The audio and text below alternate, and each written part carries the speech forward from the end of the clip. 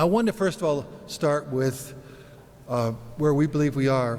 We have the cleanest voter list in the entire nation. Georgia leads on voter list maintenance efforts. Through our partnership with ERIC, bilateral state agreements, data from the Department of Driver Services, Homeland Security, and the National Change of Address List, as well as our new voter cancellation portal, Georgia has the cleanest voter list in the entire country.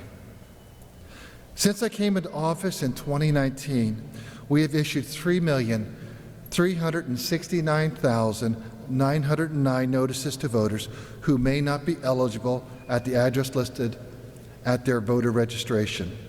This, combined with the technological advancements in our new voter registration system, has ensured that Georgia can trust in their elections. I want to speak briefly also about the organization called ERIC. It's ericstates.org.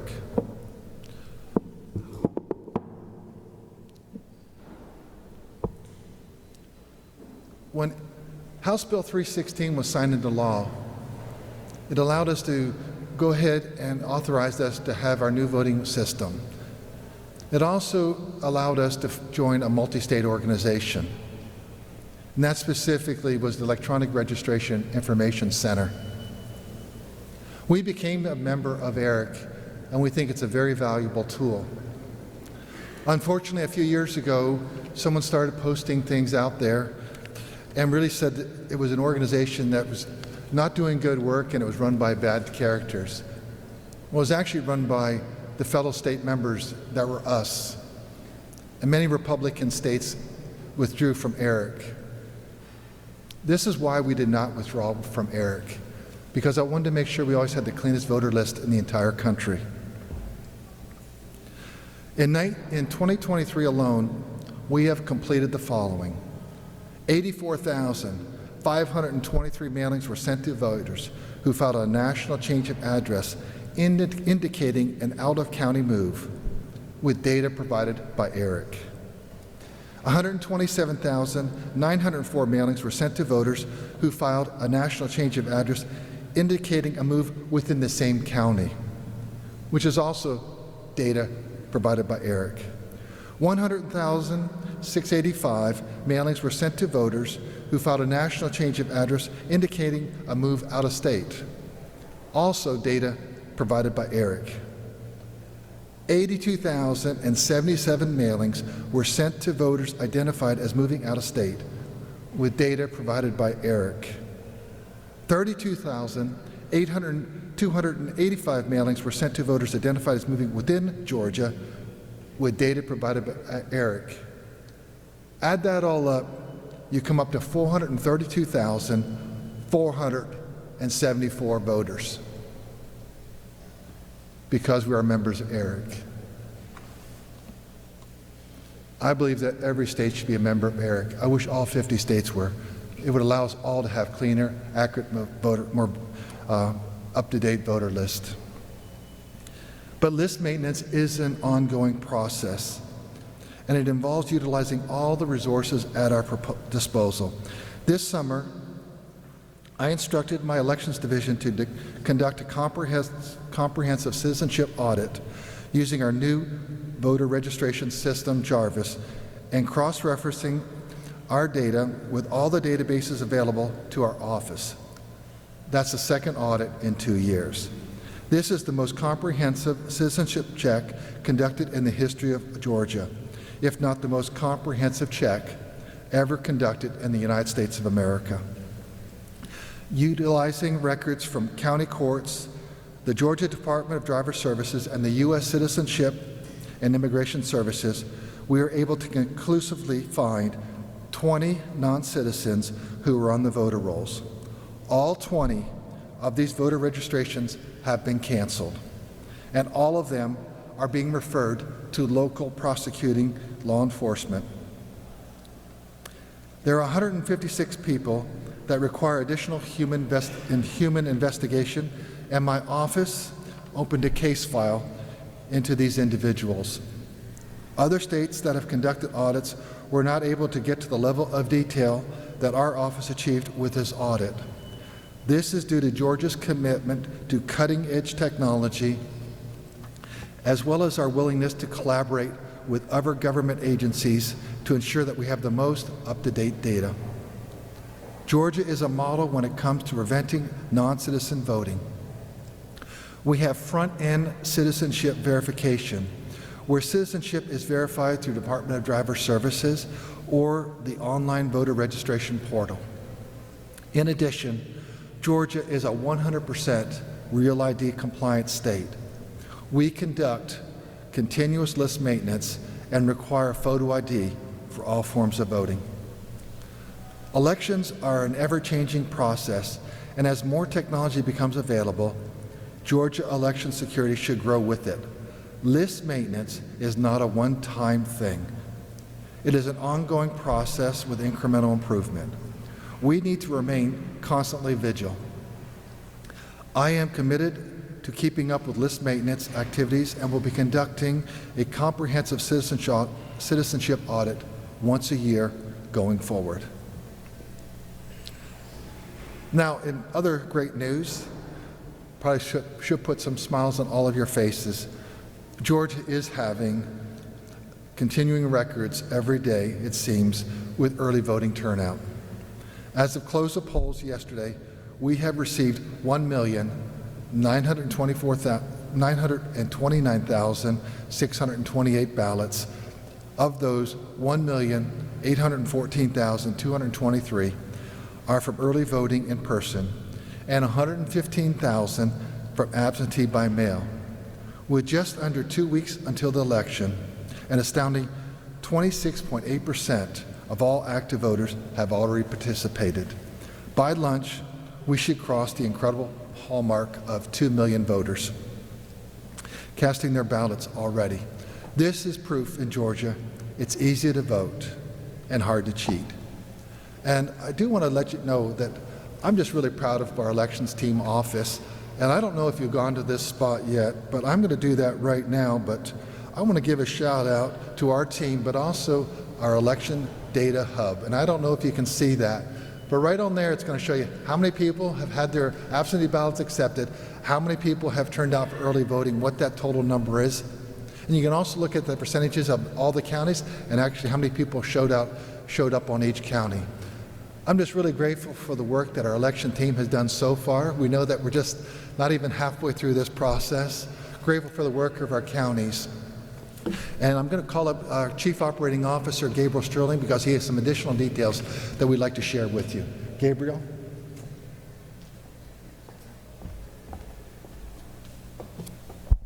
Well, good morning. Happy to see so many of you, and thank you for our international friends for joining us, because obviously Georgia's center of the political universe. I want to get a few specific things out there. The 20 individuals we found as non-citizens who were canceled based on individualized information from those people. What it is they signed affidavits to get out of jury duty, basically saying, I am a non-citizen. So we were able to look at those and see that they were not citizens. They signed a thing swearing they were not a citizen, and they were in 7 different counties, and those are the jurisdictions to which they will be referred for investigation and prosecution. Those counties are Fulton, Cobb, Bibb, Clayton, Henry, Gwinnett, and DeKalb. Again, Fulton, Cobb, Bibb, Clayton, Henry, Gwinnett, and DeKalb. As the Secretary said, the reason we were able to get these additional 156 individuals who we do not know if they are citizens or not is because of the upgrade in our technology over the last few years. The original audit was done in the old voter registration ENET. The new one has been done under JARVIS, the Georgia Registered Voter Information System. And yes, we did get the name from the Marvel movies, just to really tweak people. But because of that, we have a better interface with the Department of Driver Services. So in the initial audit, we did not have alien identification numbers for individuals who had gotten driver's license. Now we were able to send names that were empty on that front that came back as null on citizenship verified to the Department of Driver Services, get those A numbers and bring back, and they still say they don't have proof of citizenship yet. That does not mean that they are for sure non-citizens. So what we have to do is we have to have human investigation where an investigator will knock on a door, look at documentation and find those things. And that will be a continuing effort, as the Secretary pointed out. Another thing to point out is in the time in office, we have been able to legally cancel over 1 million registrations. That's not canceling voters, it's canceling registrations. So people who are no longer in the state, who no longer have a valid right to vote. And I want to point something out. If you go to the data hub that the Secretary talked about, you can search Georgia Secretary of State Data Hub to go there, you will see that the active voter number has continued to increase every day as we go through. That's because of two things. One, voter registrations that were received before the deadline but had not been processed. And two, and very, very importantly in this situation, inactive voters who were in the process of being canceled, who were still there, who came and voted.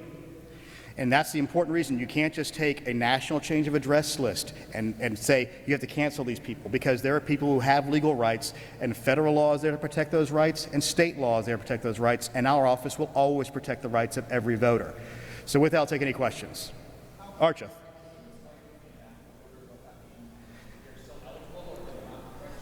Okay, and an active voter is somebody who was an active voter at one point, and a few things might have happened that would cause them to get a notification saying, hey, it doesn't look like you're here anymore. It's going to be a national change of address, it's going to be a returned mail, and it's going to be, what's the third thing?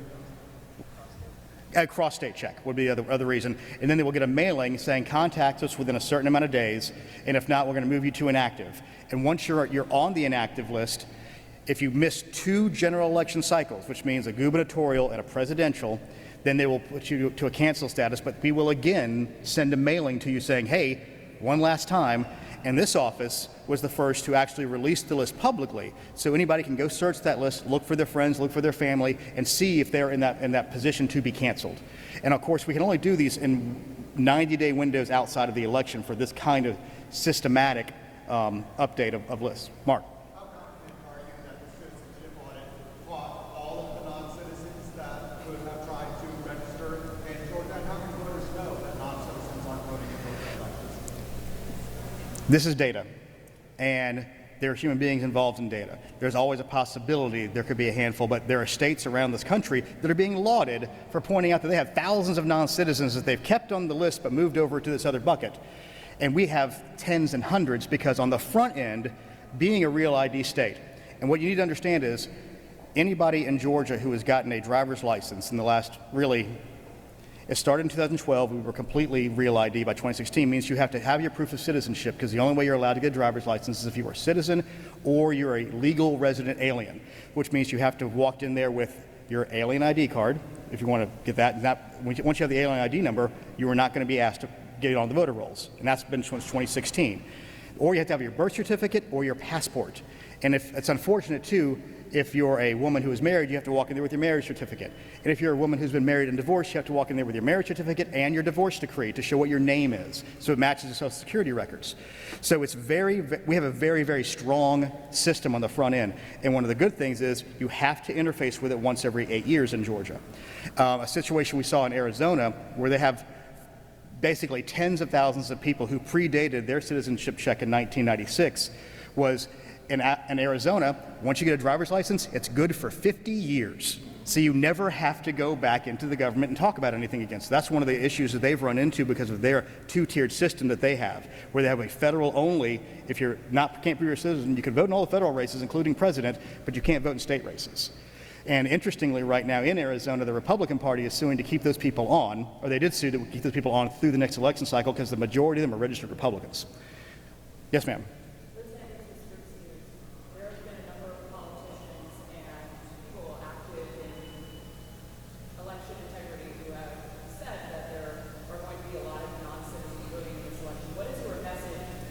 Those people who say that non-citizens are going to change the outcome of the vote in this election? Well, one of the reasons the Secretary ordered this non-citizenship audit is to prove to people that while there are ways that some can potentially get on, it is ceasingly rare. And especially in a state like Georgia that has very good data management. But in every state in this country, an individual has to sign a certificate stating that they are, in fact, a U.S. citizen. This is one of the things that the Secretary has fought for since he was elected in 2019. He and I and Deputy Fuchs went to Washington, D.C. in 2019 and to meet with Congress people who didn't want to talk about this. They need to update the National Voter Registration Act to allow for us to have better citizenship verification in all the states of the union. Because right now, the NVRA basically says you can't do it, which is why Arizona has that bizarre two-tier system. There are federal rules that get in the way of this. There is no proof that there is this overwhelming number of non-citizens on the rolls. Because the reality is, if you're a non-citizen and you're a legal resident and you're on a path to citizenship, if you try to register to vote, you will never get to be a citizen. It is a very high risk, very low reward for one vote thing. There are situations I know in other states where their DMVs are not as good at checking these things, and sometimes they will slip through unintentionally, and that's a bad situation. But in Georgia, I know this, and all across the country, the level of potential is very low. Is it there in every state? Likely, but a small, small amount. But in Georgia, we know we have the best system in America of stopping it on the front end. I do not see that changing the outcome of the election in Georgia, especially since we only identified 20 and they've all been canceled. Yes. Mm-hmm. What it is we will work with our attorneys and our investigative unit to hand over all the evidence we have to the individual county DAs here. Now it's completely up to them to make the prosecutorial decisions. A situation we had where we had double voters, we handed them over, and take as an example, in Forsyth County, there were 2 double voters we handed over to them. They saw one, they said, we don't think we have enough to prosecute this one. Then they saw another where they believe they do have enough to prosecute. That is not our decision, that is not our investigator's decision, not our lawyer's decision. It is a local district attorney's decision to make those. Now, the evidence of some of these we think is at a high enough level where they probably should be prosecuted, but that's not our call. We did a press conference on that, and we had a press release on that before. I can get that back to you. I think we told Mike. How many double voters we have, Blake? We'd have to check it and get you that number. But it was, again, a very small number from multiple states. And the only reason we know this is because we are a member of ERIC, the Electronic Registration Information Center, and we compare those data. Yes, ma'am. Mr. Sterling, yesterday you tweeted out a story from the Associated Press about international powers stoking potentially violent protests after our electoral process. Can you talk about any concerns you have about that? Well, that's the reason I did the tweet is we need to understand that if you're hyper-partisan on either side, you are an easy point of manipulation for foreign powers who want us to meet each other's threats. We need to be as discerning as we can with the information that we see. And one of the things I've been telling people is if you see information that really scratches that partisan itch, whether it's on the hard left or the hard right, it probably isn't true. And to investigate multiple sources and trusted sources like the Georgia Secretary of State or your local county elections office and get the information from them. That's the best source. Go to trusted sources. Twitter and Facebook are not always the best place for news, whether you believe that or not. Oh, sorry. Yes, ma'am.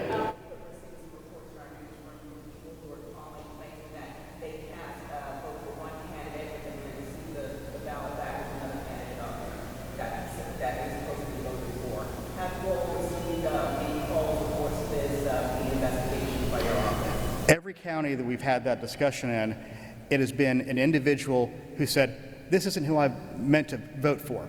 And they go to the poll manager and they say, okay, come back, we will spoil this ballot and you can vote again, and they're able to do it. There is zero evidence of a machine flipping an individual's vote. Are there elderly people whose hands shake and they probably hit the wrong button slightly and they didn't review their ballot properly before they printed it? That's the main situation we have seen. There is literally zero. And I'm saying this to certain Congress people in the state, zero evidence of machines flipping votes. And that claim was a lie to 2020, and it's a lie now. Hold on. Yeah.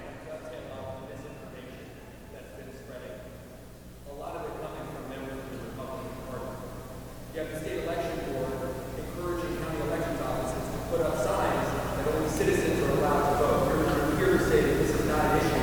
Members of the elected community think it's a dog whistle or racist. I would love for you to address all the misinformation floating around, including some of it coming from Congress people here in the state of New York. Okay, all. You want to address all the misinformation. You have 2 or 3 days. I mean, that's the situation we have. It's a flood. And that's why I say you have to be discerning about it. But one thing to be clear, this office provided posters.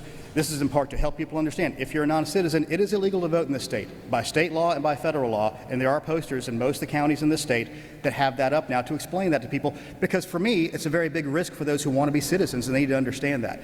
There's misinformation that is unfortunate.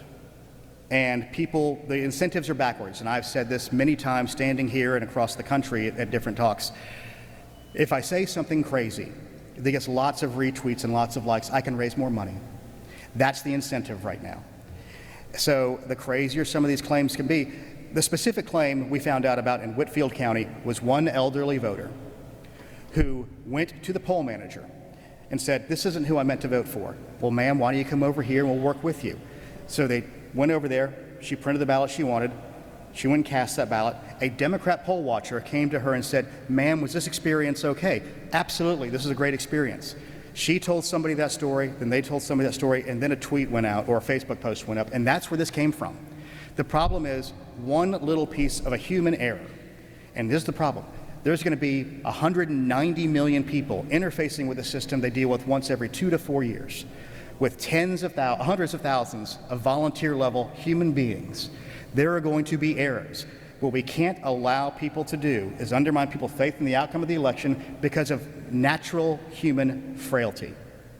That's why we have so many safeguards in place, so many reconciliations in place, so many audits in place, and so many machines getting tested beforehand. All right, what else? How did these 28 non-citizens get on the voter rolls in the first place? Was it all paper application forms before we had checks in place? The majority of them we know were definitely before the 2012 time period. We're investigating some of the other ones. They might have been paper, but that's a deeper part of the investigation, although we do know they're on the rolls and they signed the form saying they're not a citizen, so they've been removed. That's something we have to investigate. All right. Thank you all very much and have a great day, and let's break 2 million, get 3 million by the weekend.